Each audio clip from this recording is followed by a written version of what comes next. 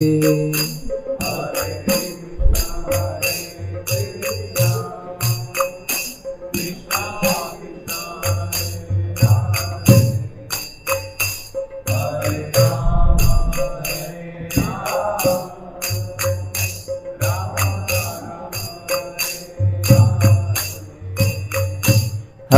Krishna,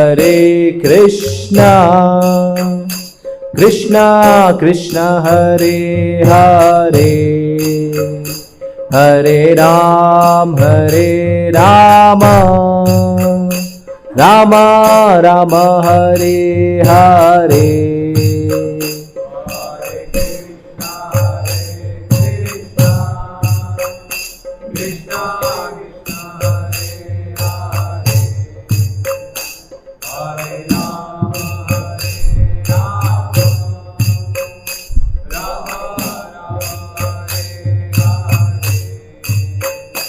Hare Krishna, Krishna Krishna, Hare Hare, Hare Rama, Rama Rama, Hare Hare.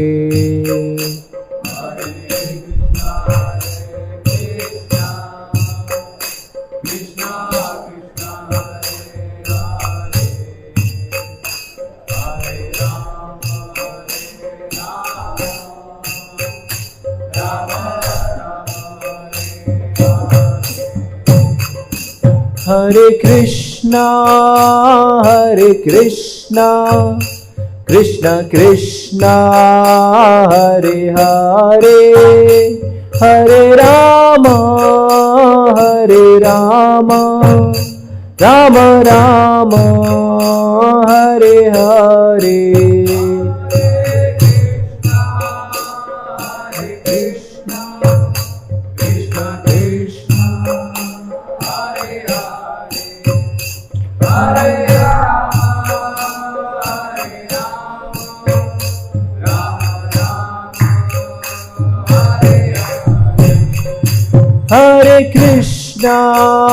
Hare Krishna, Krishna Krishna, Hare Hare, Hare Rama, Rama Rama, Hare Hare.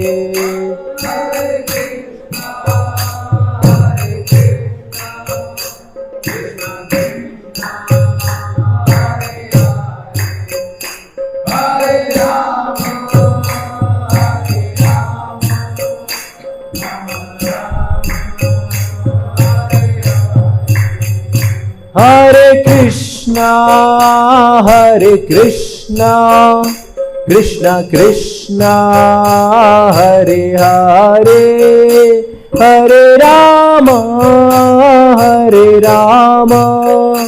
Rama Rama, Hare Hare.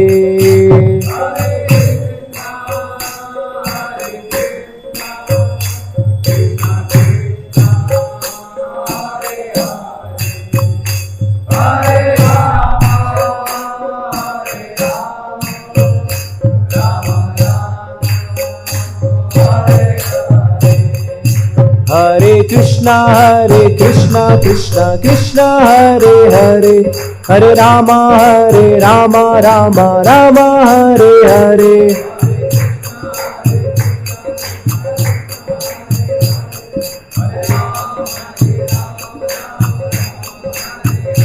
Hare Krishna, Krishna Krishna, Hare Hare, Hare Rama, Rama Hare Hare.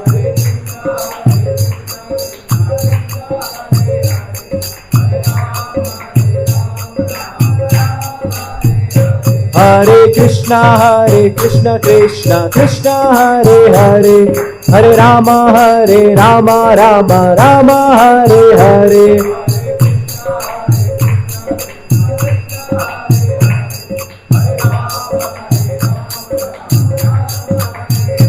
Hare Krishna Krishna Krishna Hare Hare Hare Rama Rama Rama Hare Hare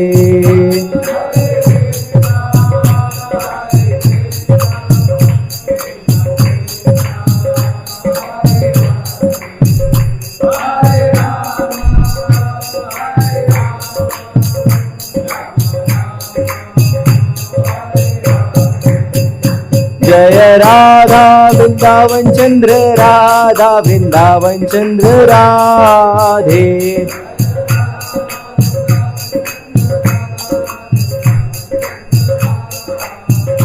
जय राधा कुंज बिहारी राधे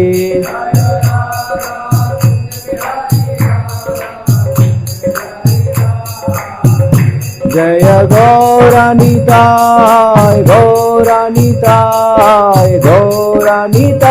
जय गौरानिताय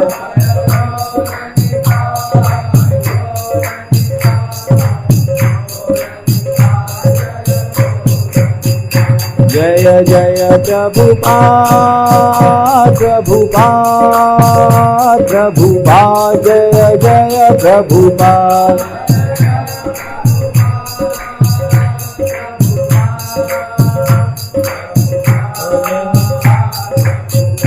जय जय गुरुदेव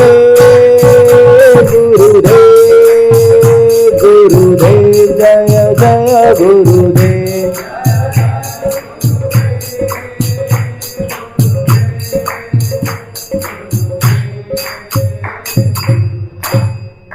हरिनाम संकीर्तन की जय। हरे कृष्ण महामंत्र की जय। जगत गुरु श्रील प्रभुपाद की जय। ओम नमो भगवते वासुदेवाय।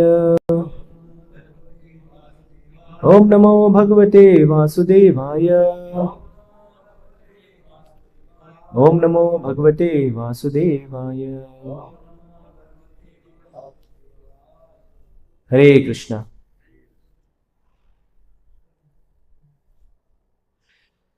हरे कृष्णा। आप सभी भक्तों का हार्दिक स्वागत है इस प्रातःकालीन श्रीमद् भागवत सत्र में।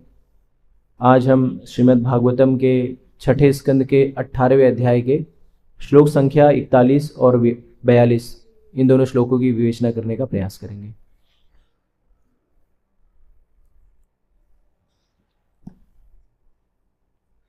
तो 41 कल छूट गया था, तो आज 41 और 42 हम दोनों साथ में करेंगे। मैं एक बार दोहराता हूं, उसके बाद आप लोग दोहराने का प्रयास करें। शरद पद्मोत्सवम वक्रतम वचश्चा श्रवणामृतम हृदयम शूरादाराभम स्त्रीणां को वेद चेष्टितम शरद पद्मोत्सवम वक्त्रम वचश्चा श्रवणामृतम हृदयं शूरदाराभं स्त्रीणां को वेद चेष्टितम शरद पद्मोत्सवं वक्त्रम वचश्चा श्रवणामृतम हृदयं शूरदाराभं स्त्रीणां को वेद चेष्टितम। कोई दोहराना चाहेगा? शरद पद्मोत्सवं वक्त्रम वचम संचनावृतम हृदयं शूरदाराभं स्त्रीणां को वेद चेष्टितम। और शरद पद्मोत्सवं वक्त्रम वचस्तामृतम हृदयं शूरदाराभं स्त्रीणां को वेद चेष्टितम। शरद पद्मोत्सवं वक्त्रम वचश्चा श्रवणामृतम हृदयं शूरदाराभं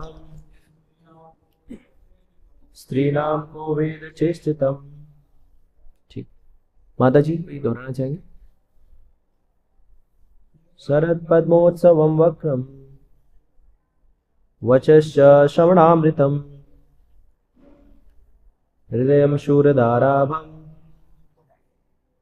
स्त्रीणाम को वेद चेष्टितम।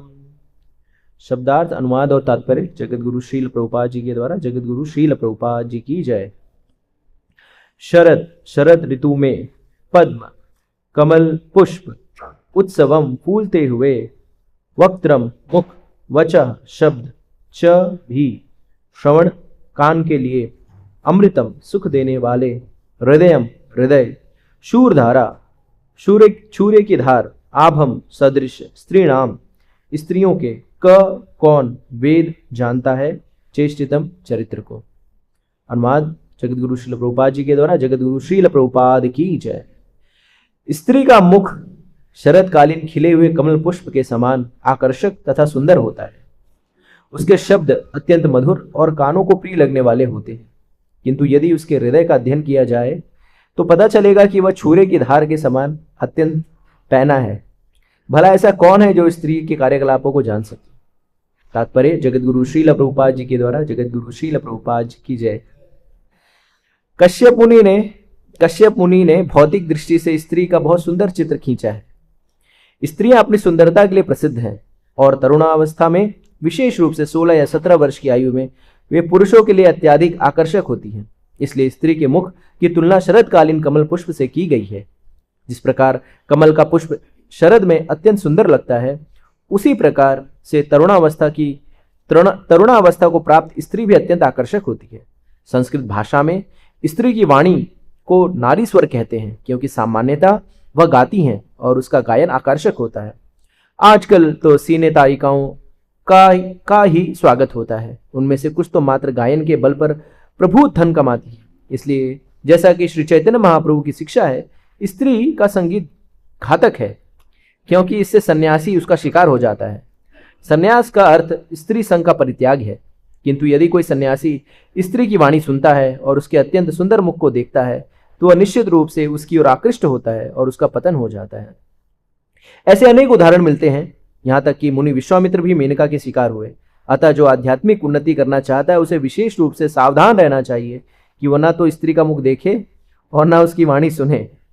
स्त्री के मुख को देखना और उसकी सुंदरता की प्रशंसा करना या उसकी वाणी सुनकर उसके गायन की प्रशंसा करना ब्रह्मचारी या सन्यासी का निश्चित पतन है। अतः कश्यप मुनि द्वारा स्त्री के अंगों का वर्णन अत्यंत शिक्षाप्रद है। यदि स्त्री के शरीर के अंग सुंदर हैं, उसका मुख आकर्षक और वाणी मधुर है, तो वह पुरुष के लिए जाल के समान है। शास्त्रों का उपदेश है कि यदि ऐसी स्त्री की सेवा के लिए यदि ऐसी स्त्री पुरुष की सेवा के लिए आए तो उसे घास से ढका हुआ अंधकूप समझना चाहिए। खेतों के बीच में ऐसे अनेक कुएं होते हैं और मनुष्य उससे परिचित न होने के कारण उसमें गिर जाता है। इस प्रकार ऐसे बहुत से निर्देश हैं। चूंकि संसार के सारे आकर्षक स्त्री के आकर्षण पर आधारित है, अतः कश्यप मुनि ने सोचा कि ऐसी स्थिति में भला स्त्री के हृदय को कौन जान सकता है। चाणक्य पंडित का भी उपदेश है, विश्वासो नैव कर्तव्य स्त्रीषु राजकुलेषु च।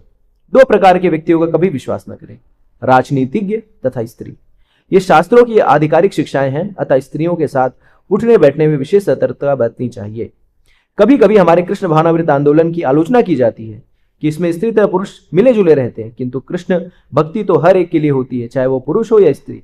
श्री कृष्ण ने स्वयं कहा है, स्त्री वैश्यस तथा शूद्रो ते अंतिम परम गतिम। चाहे स्त्री हो, शूद्र या वैश्य, ब्राह्मण तथा क्षत्रिय होने को छोड़ दें। प्रत्येक जीव भगवान के धाम वापस जाने के लिए उपयुक्त है, यदि वो अपने गुरु तथा शास्त्र के उपदेशों को कठोरता से पालन करता है। अतः हम कृष्ण भावनामृत आंदोलन के समस्त सदस्यों से, चाहे स्त्री हो पुरुष, यह आग्रह करेंगे कि वे भौतिक शरीर के प्रति आकृष्ट ना होकर केवल श्री कृष्ण के प्रति आकृष्ट हो, तभी सब कुछ ठीक रहेगा, अन्यथा भय बना रहेगा। जगत गुरु श्रील प्रभुपाद जी की जय। इसके आगे का भी श्लोक पढ़ते हैं और फिर उसके बाद उसकी विवेचना करने का प्रयास करते हैं। श्लोक संख्या 42। तो ये 4-5 जो श्लोक है वो एक ही कड़ी में है, तो एक साथ भी ले लेंगे तो कोई दिक्कत नहीं। स्क्रॉल कर दीजिए। श्लोक संख्या 42। न हि कश्चित् प्रिया स्त्रीणाम् अंजसा स्वा आत्मनम् पतिं पुत्रं भार्तरं वा घनन्ति अर्थे घतयन्ति च। न हि कश्चित् प्रिया स्त्रीणाम् अंजसा स्वा आशीष आत्मनम् पतिं पुत्रं भार्तरं वा घनन्ति अर्थे घतयन्ति च। न हि कश्चित् प्रिया स्त्रीणाम् अंजसा स्वा आशीष आत्मनम् पतिं पुत्रं भार्तरं वा घनन्ति अर्थे घतयन्ति च। कोई दोहराएगा इसको? न हि कश्चित् प्रिया स्त्रीणाम् अंजसा स्वाशिष आत्मनम् पतिं पुत्रं भार्तरं वा घनन्ते अर्थे घातयन्ति च। ठीक है एक ही। मैं अनुवाद शब्दार्थ अनुवाद तात्पर्य जगत गुरु श्रील प्रभुपाद जी के द्वारा, जगत गुरु श्रील प्रभुपाद जी की जय। दोहरा सकते हैं इसे। न, नहीं, ही, निश्चय ही, कश्चित, कोई, प्रिय, प्रिय, स्त्रीणाम, स्त्रियों का, अंजस, वास्तव में, स्व आशीष, अपने स्वार्थ के लिए, आत्मानम, सर्वाधिक प्रिय, पतिम, पति को, पुत्रम, पुत्र को, भार्तरम, भाई को, व अथवा, घनंती, मार डालती हैं, अर्थे, अपने स्वार्थ के लिए, घातयंती, वध करवाती हैं, च भी। अनुवाद। अपने स्वार्थ की पूर्ति के लिए स्त्रियां मनुष्यों के साथ ऐसा व्यवहार करती हैं कि मानो वे उनके सर्वाधिक प्रिय हों, किंतु वास्तव में उनका कोई प्रिय नहीं होता। स्त्रियों को अति साधु स्वभाव का माना जाता है, किंतु अपने स्वार्थ के लिए वे अपने पति, पुत्र या भाई की भी हत्या कर सकती हैं या दूसरों से करा सकती हैं। तात्पर्य जगत गुरु श्रील प्रभुपाद जी के द्वारा, जगत गुरु श्रील प्रभुपाद जी की जय। कश्यप मुनि ने स्त्रियों के स्वभाव का अच्छा अध्ययन किया है। स्वभाव से ही स्त्रियां स्वार्थी होती हैं, अतः सभी प्रकार से उनकी रक्षा की जानी चाहिए जिससे उनका स्वार्थी होने का यह स्वभाव प्रकट न हो। स्त्रियों को मनुष्य द्वारा सुरक्षा की आवश्यकता होती है। बचपन में स्त्री की सुरक्षा उसके पति द्वारा, युवावस्था में उसके पिता द्वारा, युवावस्था में उसके पति द्वारा और वृद्धावस्था में उसके पुत्र द्वारा होनी चाहिए। यह मनु का आदेश है। उनका कथन है कि स्त्री को किसी भी अवस्था में स्वतंत्रता नहीं दी जानी चाहिए। स्त्रियों की रक्षा इसलिए भी की जानी चाहिए कि उनकी स्वार्थपरता प्रकट ना हो पाए। इस काल में भी ऐसी घटनाएं हुई जिनमें स्त्रियों ने जीवन बीमा का लाभ उठाने के लिए अपने पतियों की हत्या की है। यह स्त्रियों की आलोचना नहीं है, अपितु उनके स्वभाव का व्यवहारिक अध्ययन है। देहात्म बुद्धि के द्वारा ही स्त्री को या पुरुष की आलोचना की ऐसी सहज वृत्तियों का प्रकट होता है। जब किसी स्त्री या पुरुष की आध्यात्मिक चेतना बढ़ जाती है तो उसकी देहात्म बुद्धि जाती रहती है। हमें समस्त स्त्रियों को आध्यात्मिक इकाइयां अहम ब्रह्मास्मि के रूप में देखना चाहिए, जिनका एकमात्र धर्म कृष्ण को तुष्ट करना है। तब हम पर इस शरीर को धारण करने से उत्पन्न होने वाले प्रकृति के गुणों का प्रभाव नहीं होगा। कृष्ण भावनामृत आंदोलन इतना लाभप्रद है कि भौतिक प्रकृति के कलमश को जो देह धारण करने से उत्पन्न होता है दूर कर सकता है। इसलिए प्रारंभ में ही भगवद गीता का यह उपदेश है कि चाहे स्त्री हो या पुरुष, जीव को यह समझ लेना चाहिए कि वह शरीर नहीं वरन आत्मा है। प्रत्येक मनुष्य को शरीर नहीं वरन आत्मा के कार्यकलापों में रुचि रखनी चाहिए, चाहे स्त्री हो या पुरुष। जब तक कोई देहात्म बुद्धि से प्रेरित रहता है तब तक सदा ही पथभ्रष्ट होने की संभावना बनी रहती है। आत्मा को कभी कभी पुरुष कहा जाता है क्योंकि चाहे कोई स्त्री वेश में हो या पुरुष वेश में हो, वह इस भौतिक जगत का सुख उठाना चाहता है और जिससे सुख उपभोग की वृत्ति होती है वह पुरुष कहलाता है। चाहे पुरुष हो या स्त्री, वह अन्यों की सेवा करने में रुचि नहीं रखता। प्रत्येक प्राणी अपनी इंद्रियों को ही तुष्ट करने में रुचि रखता है, किंतु कृष्ण भावनामृत या भक्ति प्रत्येक पुरुष या स्त्री को उत्तम कोटि का प्रशिक्षण प्रदान करती है। पुरुष को उत्तम कोटि का कृष्ण भक्त बनने की और स्त्री को पति की निष्ठावान अनुगामिनी बनने का प्रशिक्षण मिलता है। इससे दोनों का जीवन सुखी चलेगा। जगत गुरु श्रील प्रभुपाद जी की जय। ओम अज्ञानतिमिरान्धस्य ज्ञानाञ्जनशलाकया चक्षुरुन्मिलितं येन तस्मै श्रीगुरवे नमः। श्री चैतन्य मनोभीष्टं स्थापितं येन भूतले स्वयं रूपा कदामि ददाति स्वपदान्तिकं। वन्देऽहं श्रीगुरो श्रीयुतापदकमलं श्रीगुरु वैष्णवांश श्रीरूपं साग्रजातं सागं रघुनाथान्वितं तं सजीवं साद्वैतं सावधूतं परिजनसहितं कृष्ण चैतन्य देवं श्री राधा कृष्ण पादान् सहगण ललिता श्री विशाखान्वितांश। नमो विष्णुपादाय कृष्णपृष्ठाय भूतले श्रीमते भक्ति वेदांत स्वामी नित्य नामने। नमस्ते सरस्वती देवी गौरवाणी प्रचारणे निर्विशेष शून्यवादी पाश्चात्य देश तारणे। जय श्री कृष्णा चैतन्य प्रभु नित्यानंद श्री अद्वैत गदाधर शिवासादि गौर भक्त वृंदा। हरे कृष्णा कृष्णा कृष्णा हरे हरे, हरे राम राम राम हरे हरे। मोकम करोति वाचालम पंगुम लगायते गिरिं यत्कृपातमं वन्दे श्री गुरु दिनकारणं। नमो विष्णुपादाय। जय गुरुदेव, जय श्री प्रभुपाद।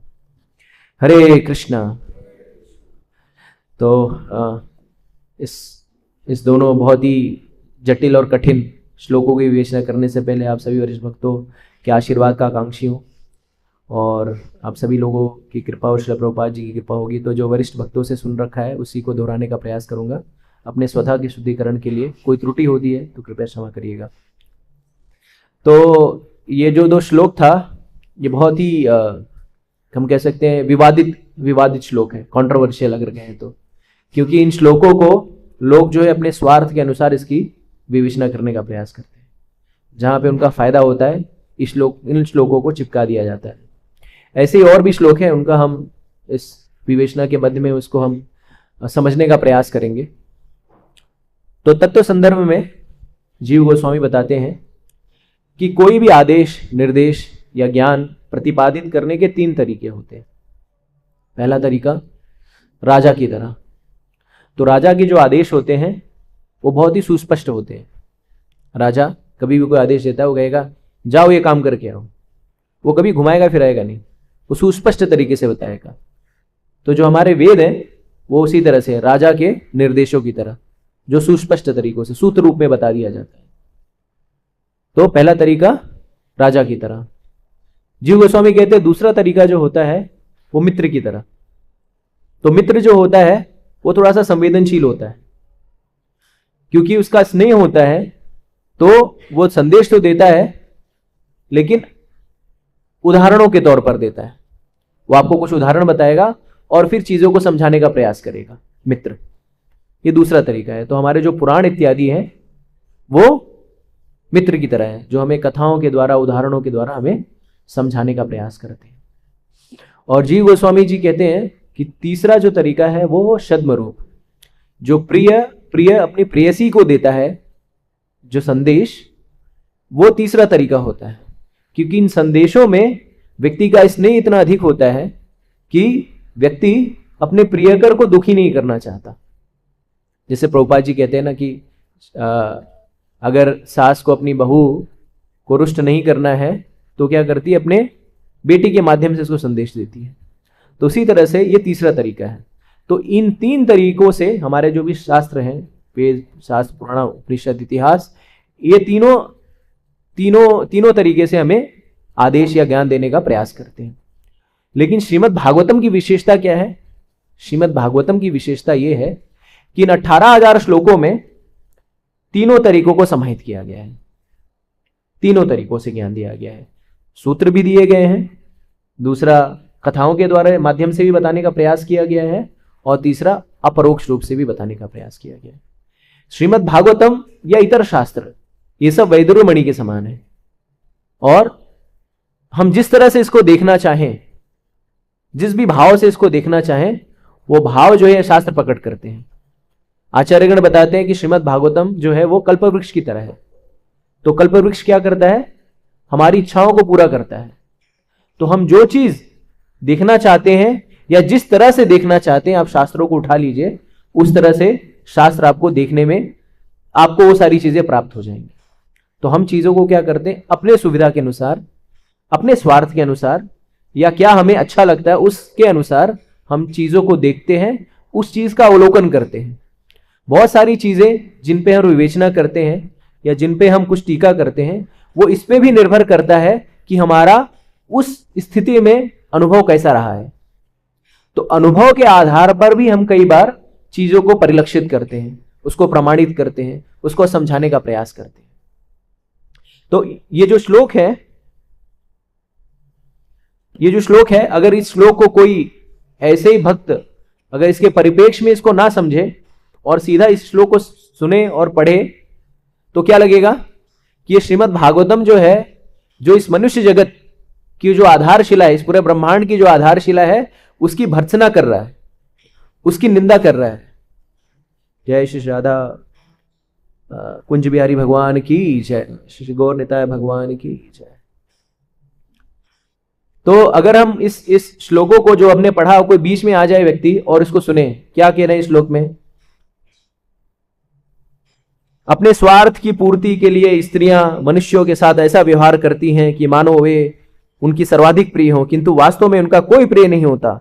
स्त्रियों को अति साधु स्वभाव का माना जाता है, किंतु अपने स्वार्थ के लिए वो अपने पति, पुत्र या भाई किसी भी हत्या करा सकती हैं या दूसरों से कर सकती हैं, करा सकती हैं। अब ये कोई सुने तो कहेगा, अरे ये क्या कह रहे हैं शास्त्र में, ये क्या लिखा है मारने का, मारने मरवाने का। तो हमें समझना होगा कि कोई भी चीज समझने के लिए 3 विषय वस्तु नितांत आवश्यक है। कोई भी बात हम क्या करते हैं, बातों को लेते हैं और बातों को अपने तरह से समझने का प्रयास करते हैं। लेकिन किसी भी तथ्य को, चाहे श्रीमद् भागवतम हो, इतर ग्रंथ हो, किसी भी तथ्य को समझने के लिए उसके पूरे परिप्रेक्ष्य में जब तक हम नहीं समझेंगे, तब तक विषय समझ में नहीं आएगी। तो 3 चीज सबसे महत्वपूर्ण घटक होती है इस बात को समझने के। पहला, क्या परिस्थिति थी, क्या परिस्थिति थी, किसने कहा और किसको कहा। 3 चीज क्या है? क्या परिस्थिति थी, किसने कहा और किसको कहा। ये 3 विषय वस्तु जब तक हम नहीं समझेंगे, तब तक चीजें हमें सुस्पष्ट तरीके से समझ में नहीं आएगी। तो जैसे कि इस श्लोकों के तात्पर्य, तो मैंने शुरुआत में आप लोगों को इतिहास नहीं बताया कि हम यहां पर कैसे पहुंचे, क्योंकि हेतु ये था कि जब हम श्लोक में चर्चा करेंगे तो इन 3 पहलुओं पर चर्चा करेंगे और सारी चीजें स्पष्ट हो जाएंगी। तो हमें समझना होगा कि ये जो श्लोक यहां पर जो कहा जा रहा है, इसको किसने किससे कहा, किसने कहा, क्या परिस्थिति थी। तो पहले परिस्थिति को समझ लेते हैं। तो परिस्थिति ऐसी थी कि बहुत वर्षों पहले एक बार दिति को गलत समय पर अपने पति कश्यप से संग करने की इच्छा हुई। कश्यप मुनि ने अपनी पत्नी को समझाया कि ये उचित समय नहीं है संग करने का, संध्या काल का समय है, शिव जी के गण जो है वो घूम रहे हैं, इस समय जो संतान उत्पत्ति होगी वो बहुत ही विभत्स होगी, वो समाज के लिए बहुत ही भयानक होगी। लेकिन कामासक्त होने के कारण दिति कश्यप ने संग किया और उस दिति और कश्यप के संग से 2 पुत्र उत्पन्न हुए, हिरण्यकश्यपु और हिरण्याक्ष। उसके बाद हिरण्यकश्यपु हिरण्याक्ष जो है कई हजारों वर्षों तक तपस्या करते हैं। हिरण्यकश्यपु बहुत सारा वरदान प्राप्त करते हैं, वरदान ऐसा प्राप्त करते हैं कि वो अमर हो जाए और फिर पूरे संसार में आतंक मचा देते हैं। आतंक मचाने के बाद सारे श्रीमद् भागवतम के एक स्कंद ही है, उसमें 7वें स्कंद में उनका बहुत ही विस्तार से वर्णन किया गया है। और हिरण्यकश्यपु जो है वो भी अलग से आतंक मचाते हैं और भगवान जैसा कहते हैं, यदा यदा ही धर्मस्य ग्लानिर्भवति भारत अभ्युत्थानम अधर्मस्य तदात्मायं सृजाम्यहम्। जब जब पाप बढ़ता है भगवान अवतार लेते हैं और असुरों का संहार करते हैं। तो भगवान अवतार लेते हैं और हिरण्यकश्यपु को वराहदेव के रूप में उनको मारते हैं। उसके बाद फिर से जब हिरण्यकश्यपु का आतंक बढ़ता है तो भागवतम में कहा गया, एता चमसा कला पुंसान कृष्णस्तु भगवान स्वयं इंद्रियारी व्याकुलम लोके मृदंटी वियोगे। तो जब इंद्र व्याकुल होता है, इंद्र को परेशानियां होती है, तो भी भगवान अवतार लेते हैं और फिर इंद्र के दुखों का निराकरण करते हैं और फिर भगवान अवतार लेते हैं और हिरण्यकश्यपु को भी मार देते हैं नरसिंह देव के रूप में। अब दिति के दोनों पुत्रों की मृत्यु हो चुकी है और अब इसी भागवतम के इसी 32 से 36 में हम देखते हैं कि दिति जो है अब मनन कर रही है, चिंतन कर रही है। क्या सोच रही है कि ये इंद्र जो है, इंद्र के ही कारण मेरे दोनों पुत्रों की मृत्यु हुई है। और ये इंद्र जो है वो बहुत ही निष्ठुर है, कपटी है, तरह तरह के उपाधियों से उनको सुशोभित करती है चिंतन करते हुए। और फिर कहती है कि इंद्र सोचता है कि अमर है, इस कारण से निरंकुश हो गया है, तो मुझे कुछ ऐसा करना पड़ेगा जिससे कि इसका गर्भ जो है वो टूटे। और इस गर्व को तोड़ने के लिए, इसके अहंकार को तोड़ने के लिए, इसको मारने के लिए मुझे एक पुत्र की उत्पत्ति करनी होगी। तो अब यहां पर दिति का यह सोचना कोई अतिशयोक्ति नहीं है। अगर हम शास्त्रों के परिप्रेक्ष्य में देखें तो ये नहीं सोचे कि दिति सोच रही है। कोई भी स्वाभाविक व्यक्ति जो होगा, मैं और एक उदाहरण दूंगा, स्वाभाविक व्यक्ति होगा, अगर उसके पुत्रों का किसी के द्वारा युद्ध वध कर दिया जाए, चाहे वो सुर हो चाहे असुर हो, उसको क्रोध वास्तविकता में आएगा ही। अभिमन्यु के पुत्र को मारा गया, अर्जुन के पुत्र को मारा गया अभिमन्यु को, तो क्या उसने प्रण नहीं लिया? क्या उसने व्रत नहीं लिया? क्या उसने प्रलाप नहीं किया? उसने भी किया।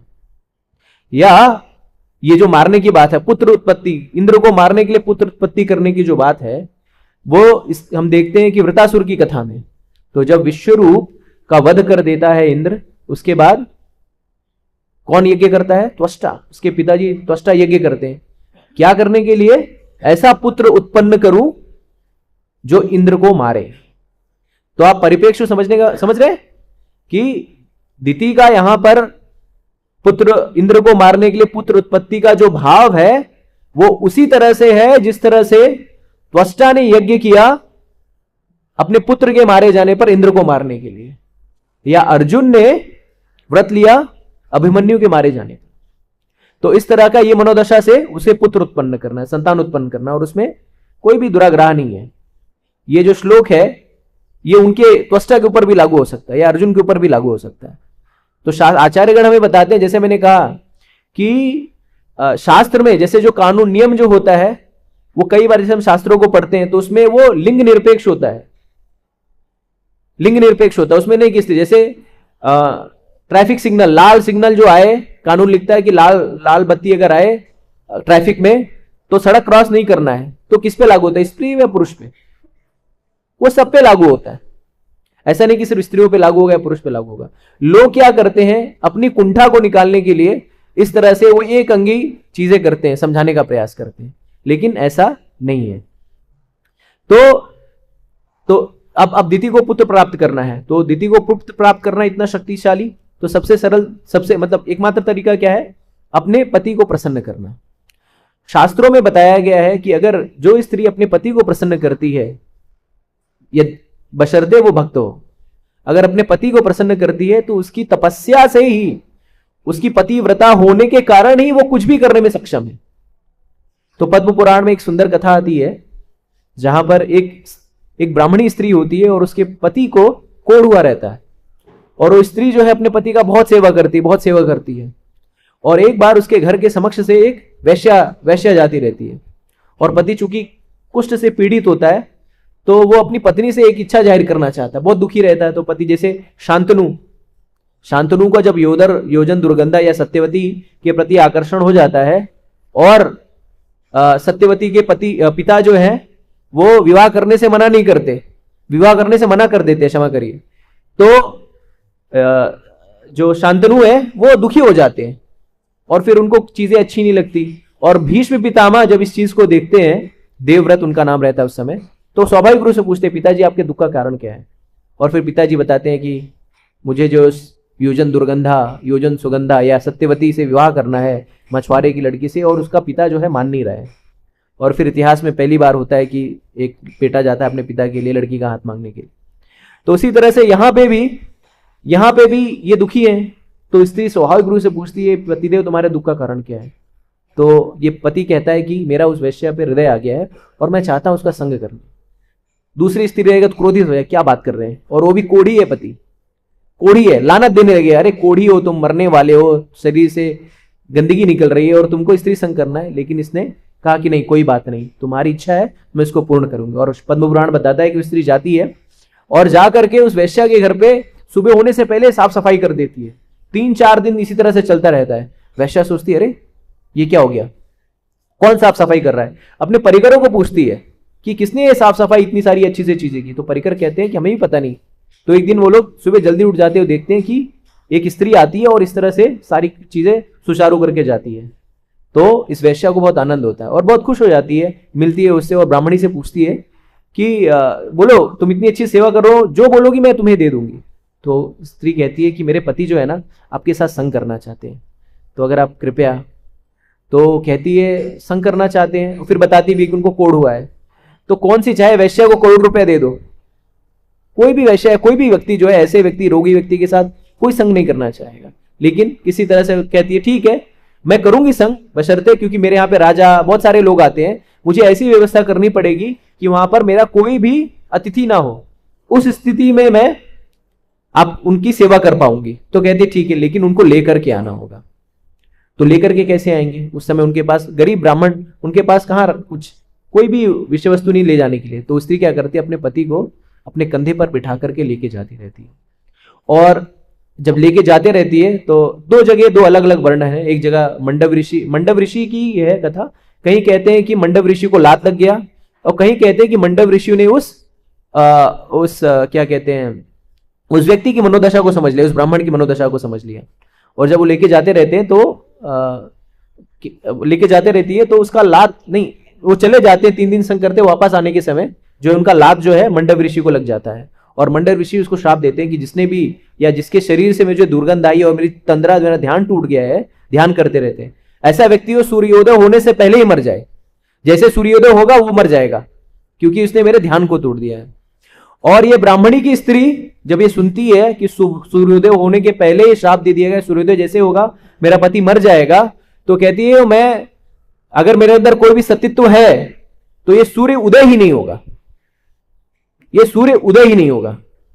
और फिर जब वो ऐसा कहती है और सतीत्व, उसके चरित्र, उसके पतिव्रता होने के कारण स्थिति ये उत्पन्न होती है कि सूर्य उदय ही नहीं होता। 1 दिन हो गया, 2 दिन हो गया, 3 दिन हो गया, सारे जीव जंतु परेशान है, सूर्योदय ही नहीं हो रहा है, सूर्योदय ही नहीं हो रहा है। सब ब्रह्मा जी के पास जाते हैं, इंद्र वगैरह, कि कहाँ क्या हो गया। तो फिर पता चलता है कि ब्रह्मा जी कहते हैं कि एक सतीत्व स्त्री है, उसका पति ब्राह्मण स्त्री है, उसका पति कोढ़ी है, और उसने जो है ये कहा कि आज के बाद सूर्योदय नहीं होगा, तो इस कारण से सूर्योदय नहीं हो रहा है। और फिर जो है वो सारे जाते हैं, ब्रह्मा जी उनको समझाते हैं कि आप ऐसा मत करिए, कृपया अपने व्रत को तोड़ दीजिए। कहते मैं व्रत को तोड़ूंगी तो मेरा पति तो मर जाएगा, तो मैं तो विधवा हो जाऊंगी, मैं अपने पति को कैसे मरने दूंगी। और फिर उनको समझाते कि नहीं नहीं, चिंता मत करो, आपके पति के शरीर में रोग है, कोई बात नहीं है, जब सूर्योदय होगा, और मैं आपको ये आश्वासन देता हूं कि आपके पति का ये शरीर तो जल जाएगा, लेकिन आपके पति जो है कामदेव के स्वरूप में, कामदेव के जैसी उनकी कांति होगी, उनकी आभा होगी, और फिर वो उसी सुंदरता में आपको प्राप्त होगी। और फिर बहुत समझाने के बाद फिर वो कहती है ठीक है, मैं अपने व्रत को वापस लेती हूँ। और फिर सूर्योदय होता है, सारे प्राणियों में आनंद आता है, और फिर इस तरह से अपने पति को प्राप्त करती है। तो यहां पर यह कहना, यह समझना कि स्त्रियां जो अपने पति को मार सकती हैं, ये एक परिप्रेक्ष्य में कहा गया है। मैंने आपको जो समझाने का प्रयास किया कि स्त्रियां अगर सती हो तो अपने पति को बचाने के लिए उन्होंने बहुत बहुत सारी चीजें कर रखी हैं। तो इस तरह से जो दिति जो है वो सोचती है कि मुझे पुत्र प्राप्त करना है, तो अपने पति को प्रसन्न करने का प्रयास करती है, और नाना प्रकार से अपने पति की सेवा करती हैं। और जब पति उनके प्रसन्न हो जाते हैं तो कहती है कि मुझे आपसे कुछ कामना है पतिदेव। तो इसके पिछले वाले श्लोकों में हमने सुना रहेगा कि सर्वप्रथम कश्यप मुनि जो है वो बहुत ही अपनी पत्नी को गुणगान करते हैं कि आप बहुत अच्छी हो, बहुत सुंदर हो, पत्नी तो जीवन का आधा अंग होती है, इसके कारण ही हमें धर्म, अर्थ, काम और मोक्ष भी प्राप्त होता है, इसी के कारण उनका संग करने से। तो आप बहुत महान हो, आप मृगनयनी हो, तरह तरह से उनकी सुंदरता से विवेचना करते हैं, उनको बहुत ही वो करते हैं। और फिर कहते हैं मांगो व्रत, मांगो वरदान, क्या चाहिए वरदान। तो वो कहती है कि मुझे एक ऐसा पुत्र दो पतिदेव जो इंद्र को मार दे। और जब ऐसा कहती है तो उनको उसी तरह से झटका लग जाता है जिस तरह से दशरथ जी को लगा था। दशरथ जी के परिप्रेक्ष्य में देखा जाए तो दशरथ जी की भी कथा ऐसी है, रामायण में भी ऐसा ही प्रसंग है। कैकेयी ने क्या किया था, जब देवासुर संग्राम हुआ था, दशरथ जी देवों के पक्ष में असुरों के साथ युद्ध कर रहे थे। उस समय दशरथ जो है 10 दिशाओं से युद्ध कर सकते हैं, और जब उनका रथ, जब वो युद्ध कर रहे थे तो उनके रथ के जो पहिए का एक बोल्ट जो था वो अलग अलग जगह पे अलग अलग वर्णन है, कहीं हाथ बताया है, कहीं वो बताया है। तो मैंने जो पढ़ा है उसमें एक उनके पहिए का जो एक बोल्ट है वो निकल जाता है, और रथ जो है डिसमेंटल होने वाला, गिरने वाला रहता है। तो कैकेयी जो कि साथ में गई रहती है, वो क्या करती है, अपने अंगूठे को उस बोल्ट की जगह पे डाल देती है, और उस कारण से रथ जो है टूटता नहीं है। और फिर दशरथ जी युद्ध करते हैं, और विजय प्राप्त करने के बाद जब उनको ये पता चलता है कि मेरी पत्नी ने मुझे बचाया, तो बहुत प्रसन्न हो जाते हैं। और प्रसन्न होकर के क्या बोलते हैं कि तुमने मेरी प्राणों की रक्षा की, मुझे इस युद्ध में विजय बनाने के लिए इतना सहयोग किया, तो मैं तुम्हें 2 वरदान देना चाहता हूं। तो कैकेयी ने कहा समय आने पर मैं उस वरदान को मांग लूंगी। और फिर समय आता है, भगवान रामचंद्र जी का राज्याभिषेक है और उसके पहले ही 2 वरदान मांगते हैं। तो जब 2 वरदान मांगते हैं तो वाल्मीकि रामायण ने बहुत ही विस्तार से वर्णन किया है किस तरह से दशरथ जी कहते हैं, अगर कोई ऐसा व्यक्ति जो पापी नहीं है और तुम कहो कि उसको मार दो तो मैं मार दूंगा, अगर तुम वरदान में ये मांगना चाह रही हो। अब सोचिए कितनी बड़ी बात कि अगर कोई पापी नहीं है और वरदान में अगर कैकेयी कह दें कि पापी नहीं, निष्पाप व्यक्ति, इसको मार दो, तो चूंकि तुमने मुझे प्रसन्न किया हे रानी, मैं वो भी दे दूंगा। और उसके बाद फिर तरह तरह की जो है बड़ी बड़ी बातें करते हैं दशरथ जी। और फिर जब कैकेयी कहती है कि मुझे 2 जो वरदान है वो ये है, पहला कि भगवान राम जी चंद्र जी को 14 वर्ष का वनवास और भरत जी को क्या मिल जाए, राजपाट। तो फिर वो वही सारी चीजें कहते हैं, उनके मन में वही सारी चीजें आती हैं जो यहां पर कश्यप मुनि कह रहे हैं। तो कश्यप मुनि जो यहां सारी चीजें कह रहे हैं, तो उसी तरह से जब इंद्र को मारने के लिए पुत्र प्राप्ति करने की जब बात करती है दिति, तो कश्यप मुनि को झटका लगता है। क्यों झटका लगता है? क्योंकि इंद्र जो है वो किसका पुत्र है? इंद्र भी कश्यप मुनि का ही पुत्र है। तो 2 पत्नियां हैं कश्यप की, दिति और अदिति, एक से सुर दूसरे से असुर। तो दिति इस शब्द का अर्थ है विभाजन, दिति शब्द का अर्थ ही जो विभाजन करे। तो जब ये झटका लगता है तब वो अपने आप को कोसने लगते हैं, जिस तरह से राजा दशरथ कोसने लगते हैं। वो कोसने लगते हैं अपने आप को, मैं कैसा मूर्ख हूं, हाँ मैंने ऐसे कैसे बोल दिया, मुझे मालूम है कि ये अब मैं इसके शब्दों के जाल में फंस गया, इसके दूसरे चरित्र को नहीं समझ पाया। अब यहां पर आप सोचने की बात यह है कि ये जो सारी चीजें वो अपने सोचने में कर रहे हैं, तो उनका ये कहना उसी तरह से है जैसे अंगूर खट्टे हैं। तो हम जब कभी खींचते हैं ना चीजों को, तो जनरलाइज कर देते हैं, जनरलाइज कर देते, जैसे फला फला राज्य के व्यक्ति तो इस तरह से होते हैं, या फला फला जो लोग होते हैं वो इस तरह से होते हैं। हम चीजों को करते हैं ना, उसको व्यापकता दे देते हैं। तो ये उनका ये जो यहां पर जो कहा जा रहा है आरोप, या जो भी चीजें कही जा रही हैं, वो उसी तरह से समझना चाहिए कि जब व्यक्ति खींच करके कोई कार्य कर रहा हो, खींच करके कोई बातें बता रहा हो। तो जैसे मैंने कहा था कि ज्ञान तत्व संदर्भ में जीव गोस्वामी कहते हैं ज्ञान जो है वो 3 प्रकार से दिया जाता है, और तीसरा प्रकार का ज्ञान क्या है, जो छद्म रूप से दिया जाता है, जो अपने प्रियकर को बुरा ना लगे इसलिए कहा जाता है। आदमी बोल नहीं पाता लेकिन कहता है।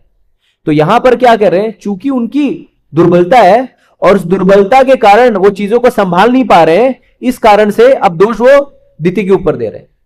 तो इस समाज में, इस जीवन में सबसे सरल है दूसरे के ऊपर दोष देना। किसके ऊपर? दूसरे के ऊपर दोष देना। हमारी क्षमता नहीं है कुछ करने की, हमारी विफलताओं का जो ठीकरा है हम किसके ऊपर फोड़ते हैं? दूसरे के ऊपर फोड़ते हैं ना। मैं फला फला चीज नहीं कर पाया, क्यों नहीं कर पाया? फला प्रभु ने, फला इसने, फला टेंपल प्रेसिडेंट ने, टेंपल कमांडर ने मेरे को ये नहीं करने दिया, या फला व्यक्ति ने ये नहीं करने दिया, उसने ये नहीं करने दिया। हम सदैव अपनी विफलताओं का ठीकरा जो है दूसरों के सर पे फोड़ते हैं, लेकिन कभी अपनी दुर्बलता का अवलोकन करते हैं क्या? तो यहां पर ये जो वाक्य कहे गए हैं स्त्रियों के विषय में, वो व्यापकता नहीं, वो की स्थिति में एक व्यक्ति का मंतव्य है, स्थिति में एक व्यक्ति का मंतव्य है जो अपनी दुर्बलता के कारण क्या कर रहा है, दुर्बलता के कारण एक विशेष परिस्थिति में एक विशेष बयान दे रहा है, और उस बयान को हम व्यापक रूप से नहीं ले सकते। जैसे कई बार माता जो है बच्चों को बोलती, बच्चे बहुत दुष्टता करते हैं, तो माता बोलती है अरे ये तो कुत्ता है, बोलती है ना। जैसे मैं बहुत खेलता था तो बात नहीं सुनता था, अरे कुत्ते की तरह घूमता रहता है। तो अगर इसको लिख दिया जाए तो क्या मतलब मैं कुत्ता बन गया? ये उस परिस्थिति में उस समय पर कहा गया वाक्य है, जो कि व्यापक रूप से नहीं, उस स्थिति के लिए ही समझने योग्य है। तो मैंने कहा कि 3 चीजें समझनी होती, पहला तो परिप्रेक्ष्य, दूसरा किसने कहा, और तीसरा किससे कहा गया। तो इस श्लोक में जैसे कि हमने क्या समझा, पहला तो परिप्रेक्ष्य क्या है, परिप्रेक्ष्य यह है कि दिति के 2 पुत्र मारे गए हैं, और दिति के 2 पुत्र मारे गए हैं और उन्हें बदला लेना है, और बदला लेने के लिए वो पुत्र की आकांक्षा रखती है, अपने पति को प्रसन्न करना चाहती है, पति से ऐसा व्रत मांगती है जिसमें यह भी ध्यान देने योग्य बात है क्या व्रत मांग रही है? क्या उनसे कह रही है कि हे पतिदेव, मुझे ऐसा व्रत दे दीजिए जिससे मुझे एक पुत्र हो और तुम्हारे दूसरे पुत्र को मार दे। यही बोल रही है ना? क्या कह रही है? मुझे एक व्रत दो, मुझे एक पुत्र दो, जो तुम्हारे दूसरे, जो अदिति से जो तुम्हारे पुत्र हुए हैं वो भी उनके भाई हुए ना। अब ऐसी कोई बात सुनेगा तो क्या उसके फूल फूल गिरेंगे क्या? बोले बहुत अच्छी बात है, बहुत अच्छा कहा आपने, चलिए ऐसा पुत्र दे देता हूं, इंद्र को मार दो, हम लोग खानदान ही समाप्त कर ले, आपस में मार मरा के सब खत्म कर देते। तो कोई फूल नहीं निकलेगा। समय 8:50 तो हो गया, यहां पे लिखा है 8:50 पे भागवतम समाप्त करिए। तो ऐसे ही और भी 2-3 प्रसंग हैं, जैसे संक्षेप में मैं कहूंगा, समय की अभाव है। तो जैसे मोहिनी मूर्ति, जब 8वें स्कंद के 9वें अध्याय के 9वें और 10वें श्लोक में मोहिनी मूर्ति भी इसी तरह से बातें करती है। तो प्रसंग ये होता है, संक्षेप में आप सभी को पता है, आप सभी लोग ज्ञानी हैं, कि किस तरह से देवासुर संग्राम होता है और देवासुर संग्राम होने के उपरांत धन्वंतरी जी अमृत का कलश लेकर के आते हैं। कलश मिलता है, उसके बाद सुर और असुर दोनों उस कलश को लेकर भाग जाते हैं, असुर लेकर के भाग जाते हैं। भगवान मोहिनी मूर्ति का अवतार लेते हैं और उस कलश को, क्योंकि मोहिनी मूर्ति सुंदरता की प्रतिमूर्ति, शिव जी भी जो है विचलित हो गए, तो उसको देख करके ये इनके कारण, हृदय की कार्पण्य दुर्बलता के कारण उनको देख के मोहित हो गए। और फिर वो जो मटका था अमृत का, उसे मोहिनी मूर्ति को सौंप दिया और कह रहे हैं ये लोग, असुर लोग, तुमको जो करना है दो, तुमको जिसको देना है दो, हम तो तुम्हें देख करके ही प्रसन्न है। और फिर मोहिनी मूर्ति, अगर 899 अगर ओपन करें तो उसको खाली हम वो पढ़ेंगे।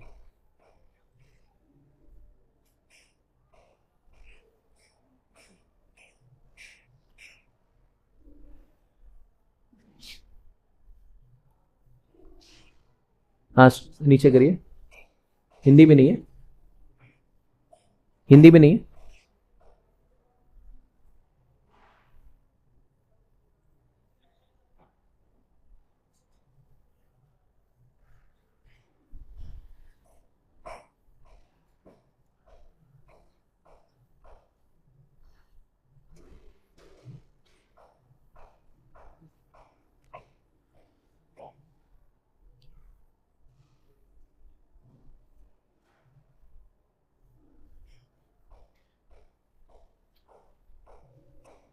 हाँ बस बस बस। अब देखिए ये चीज कौन कह रहा है? भगवान स्वयं कह रहे हैं। मोहिनी क्या कह रहे हैं? भगवान ने असुरों से कहा, हे कश्यप मुनि की पुत्रो, मैं तो एक वैश्या हूं, तुम लोग किस तरह मुझ पर इतना विश्वास कर रहे हो? विद्वान पुरुष कभी स्त्री पर विश्वास नहीं करता। और दूसरा श्लोक कर स्क्रॉल करिए। हाँ, हे असुरों, जिस प्रकार बंदर, सियार तथा कुत्ते अपने यौन संबंध में अस्थिर होते हैं, नित्य ही नया मित्र चाहते हैं, उसी प्रकार जो स्त्रियां स्वच्छंद होती हैं वे नित्य नया मित्र ढूंढती हैं। ऐसी स्त्री की मित्रता कभी स्थायी नहीं होती है, विद्वानों का भी मत है। अब इस श्लोक को पढ़िए। अब क्या कह रहे हैं भगवान? थोड़ा सा स्क्रॉल उस 9 पे जाइए फिर से। हाँ, हे कश्यप, मैं तो वैश्या हूं, तुम लोग किस तरह से मुझ पर इतना विश्वास कर रहे हो? तो ये जो कॉन्टेक्स्ट है, ये जो परिप्रेक्ष्य है, वो वैश्या के परिप्रेक्ष्य में है। पहली चीज, यहां पर चाहे भगवान हो या कोई भी हो, ये स्वाभाविक सा एक क्या कहते नियम है कि कोई भी अनजान व्यक्ति के ऊपर हम वो नहीं कर सकते, विश्वास नहीं कर सकते, चाहे वो स्त्री हो पुरुष हो। यहां पर ये परिप्रेक्ष्य वैश्या का। तो हमें अब ये जो श्लोक भगवान ने कहा है, इसको हम वेद वाक्य की तरह नहीं ले सकते। जैसे पहले हमने पहला ज्ञान क्या था? वेद, राजा के निर्देश की तरह नहीं ले सकते। क्यों? क्योंकि ये जो संदेश है, ये तीसरे विधि से दिया गया है। तीसरा विधि क्या था? अपरोक्ष रूप से, सद्म रूप से। क्यों? क्योंकि यहां पे प्रिय और प्रियकर की बातें हो रही हैं। तो मोहिनी मूर्ति, देखिए, व्यक्ति आकर्षित होता है दो चीज से, दो विषय वस्तु से व्यक्ति आकर्षित होता है। पहला है प्रभाव, दूसरा है स्वभाव। तो हम भगवान की भक्ति क्यों करते हैं? नाम जप क्यों करते हैं? हरे कृष्णा कृष्णा कृष्णा हरे हरे, हरे राम राम राम हरे हरे। तो हम भगवान की भक्ति क्यों करते हैं? भगवान की भक्ति करते हैं उनके प्रभाव के कारण, कि भगवान बहुत शक्तिशाली हैं, भगवान भक्तवत्सल हैं, ऐसा करने नहीं देंगे, भक्तों का नाश नहीं होने देंगे, सुदर्शन चक्र से गला काट देंगे, हमको प्रोटेक्ट कर लेंगे। ये उनका प्रभाव है, तो हम प्रभाव से आकर्षित हैं। यहां पर असुर जो है वो मोहिनी मूर्ति भगवान के प्रभाव से आकर्षित हुए। कौन सा प्रभाव? सुंदरता का प्रभाव। ठीक है, उनके सुंदरता पर आकर्षित है। उनकी कटी बहुत विस्तृत वर्णन है, कितनी सुंदर है। यहां पर भगवान जो मोहिनी मूर्ति के अवतार में। उसके बाद अब जो दूसरा, अगर किसी व्यक्ति का प्रभाव बहुत अच्छा रहे, मान लीजिए कोई बहुत प्रभावशाली व्यक्ति है और जैसे आप आए, हरे कृष्णा प्रभु जी, 2 झापट चट्ट से मारे, तो आप कहेंगे बहुत अच्छे प्रभु जी हैं। आप बोलेंगे यार है तो बहुत अच्छा, लेकिन इसका स्वभाव अच्छा नहीं है, छोड़ो, जाने दो, इसको छोड़ो, हम दूसरे को ढूंढ लेंगे, ऐसा ही करेंगे ना। लेकिन अगर स्वभाव भी उसका अच्छा हो, जैसे आप बोले हरे कृष्णा, वो आपको गले लिपटा ले, ये लो मैं प्रसाद लाए, लो प्रसाद लीजिए, तो बोले बड़े बहुत अच्छे प्रभु जी हैं। तो उसी तरह से अभी तक प्रभाव में उसने फंसा लिया है, मोहिनी मूर्ति ने असुरों को अपने प्रभाव में फंसाया है, लेकिन स्वभाव का भी तो परिलक्षित करना पड़ेगा ना कि स्वभाव कैसा है। तो अपने स्वभाव को प्रदर्शित करने के लिए मोहिनी मूर्ति यहां पर इस तरह की अपने आप को वैश्या कह के संबोधित कर रही है, मैं वैश्या हूं, मेरा कोई ठिकाना नहीं है और मेरे ऊपर विश्वास करने लायक नहीं है। तो कई बार जब हम स्वभाव ह्यूमिलिटी प्रदर्शित करते हैं, अपने विनम्रता, तो मैं कीड़े के भी समान हूं, मैं स्टूल के अंदर का जो कीड़ा हूं, जैसे आचार्यगण कहते तो ठीक है, लेकिन हम भी कहते हैं बहुत, मैं प्रभु जी बहुत अज्ञानी हूं, निरही हूं। किस लिए? अपनी विनम्रता को प्रकट करने के लिए, अपने विनम्रता को प्रकट करने के लिए, जिससे व्यक्ति मेरे स्वभाव से भी आकर्षित हो जाए। तो यहां पर भगवान अपना स्वभाव आकर्षित कर, ह्यूमिलिटी प्रदर्शित कर रहे हैं कि मैं वैश्या हूं और मेरा कोई कैरेक्टर नहीं, मैं लूज कैरेक्टर की हूं। और जब व्यक्ति इस प्रभाव को भी देखता है, इस स्वभाव और प्रभाव के मिश्रण को देखता है, तो व्यक्ति क्या कर लेता है? उसको स्वीकार कर लेता है। तो अगर इस श्लोक को आउट ऑफ द कॉन्टेक्स्ट पढ़ा जाए, समझा जाए, तो उसी तरह से होगा, उसी तरह से वो कीड़ा, वो गंदगी निकलेगी जिस तरह से इस श्लोक में निकलेगी। तो कॉन्टेक्स्ट क्या है? यहां पर प्रभावित करने का प्रयास है और उसमें अपनी विनम्रता प्रकट की जा रही है। समझ आ रहा है आप लोगों को? ठीक है। तो इस तरह से हमें समझना होगा कि और भी कई प्रसंग है, उस पर बहुत ही विस्तृत चर्चा कर सकते हैं, लेकिन चूंकि समय का अभाव है तो इसलिए यहीं पे मैं रुकने का प्रयास करूंगा। एक और चीज है कि स्त्रियों के विषय में अगर हम देखें तो चैतन्य महाप्रभु कहते हैं, अगर भक्तों में जो सबसे सर्वोपरि भक्त कौन है? वो ब्रज की गोपियां हैं। वो कौन है? स्त्रियां ही है। तो भगवान के संदर्भ में कोई विरोधाभास नहीं है, शास्त्रों में कोई विरोधाभास नहीं है। शास्त्र वाणी सत्य है, भागवत अमल पुराण है, वो किसी के प्रति द्वेष नहीं पैदा करेगा, किसी के प्रति ईर्ष्या नहीं प्रकट करेगा, किसी के प्रति निंदा नहीं करेगा। जैसे श्रीमद् भागवतम के 10वें स्कंद में 47वें अध्याय में उद्धव जी जो कि महान भक्त हैं, वो कहते हैं, कौन सा श्लोक? 47 श्लोक नंबर है मेरे ख्याल से, पता नहीं, याद नहीं आ रहा है। तो उन श्लोकों में उद्धव जी कहते हैं कि मेरी ये इच्छा है कि मैं इन ब्रज की स्त्रियों की चरण की धूलि को अपने मस्तक पे धारण करूं, उस चरण की धूलि को प्राप्त करूं। क्यों? क्योंकि इन स्त्रियों का गुणगान करने से, इन ब्रज की स्त्रियों का गुणगान करने से तीनों लोग जो है शुद्ध हो जाते हैं। तो हमें समझने का प्रयास करना है कि जैसे श्रील प्रभुपाद जी ने तात्पर्य में भी बताने का प्रयास किया कि एकमात्र पुरुष जो है वो कृष्ण है। हम सारे जो है देहात्म बोध पे जब रहते हैं तो स्त्री और पुरुष का भेद करते हैं और फिर अपनी इच्छा और स्वेच्छा के अनुसार चीजों को प्रकट करने का प्रयास करते हैं जो हमारे लिए लाभप्रद हो। जैसे भक्तों के समूह में भी हम कोई चीज करते हैं तो उसके लिए प्रभुपाद जी का एक कोट लगा देते हैं जो हमारे लिए फायदेमंद हो। प्रभुपाद जी ने यहां पर ये कहा है, प्रभुपाद जी ने वहां पर वो कहा है, किस कॉन्टेक्स्ट में कहा है, किस परिप्रेक्ष्य में कहा है, क्या कहा है, उसके भाव को समझे बिना। तो हम इसी तरह से शास्त्रों का उपयोग करते हैं अपने स्वार्थ की पूर्ति के लिए। तो हमें उन सब में इन सारी चीजों को अगर परिप्रेक्ष्य में समझे तो जैसे जीव गोस्वामी कहते हैं कि परिप्रेक्ष्य में 3 चीजें सदैव याद रखनी है कि किस कॉन्टेक्स्ट में कहा गया, किस परिप्रेक्ष्य में कहा गया, किसने कहा और किसको कहा। और ये चीजें अगर स्पष्ट होंगी तो कभी भी विरोधाभास नहीं होगा, कभी भी किसी के प्रति दुराग्रह नहीं होगा। तो स्त्रियां जो है मातृशक्ति है और हम सभी लोग इस जगत में, इस यहाँ पर हमारी उपस्थिति है तो माताओं की वजह से है। और माताएं ही जो है हमारे पूरे, अगर आप देखें तो यशोदा मैया या देवकी या सची माता, इन्हीं के गर्भ से, इन्हीं के सानिध्य में जो है भगवान का प्राकट्य होता है। तो हम सभी, चाहे स्त्री हो चाहे पुरुष हो, हम सभी को ये प्रयास करना चाहिए कि हम सभी लोग भगवान की भक्ति में लगे। और यहाँ पर जो है हमारी चेतना जो है, स्त्री और पुरुष जो है सिर्फ हमारे कर्मफलों के कारण हमें प्राप्त हुए शरीर, वास्तविकता में हम सभी भगवान के दास हैं। और हमारा यही मूल मंत्र होना चाहिए कि हम सभी स्त्री और पुरुष मिलकर के भगवान श्री राधा कुंज बिहारी की सेवा में लगे। हरे कृष्णा कृष्णा कृष्णा हरे हरे, हरे राम राम राम हरे हरे। तो यहाँ पे मैं अपनी वाणी को विराम देता हूँ। किसी का कोई एक आधा प्रश्न हो, टीका टिप्पणी हो कोई भक्त करना चाहते तो कर सकते हैं, कोई प्रश्न पूछना चाहते प्रश्न पूछ सकते हैं। ठीक है। ग्रंथराज श्रीमद् भागवतम की जय। जगत गुरु श्रील प्रभुपाद की जय।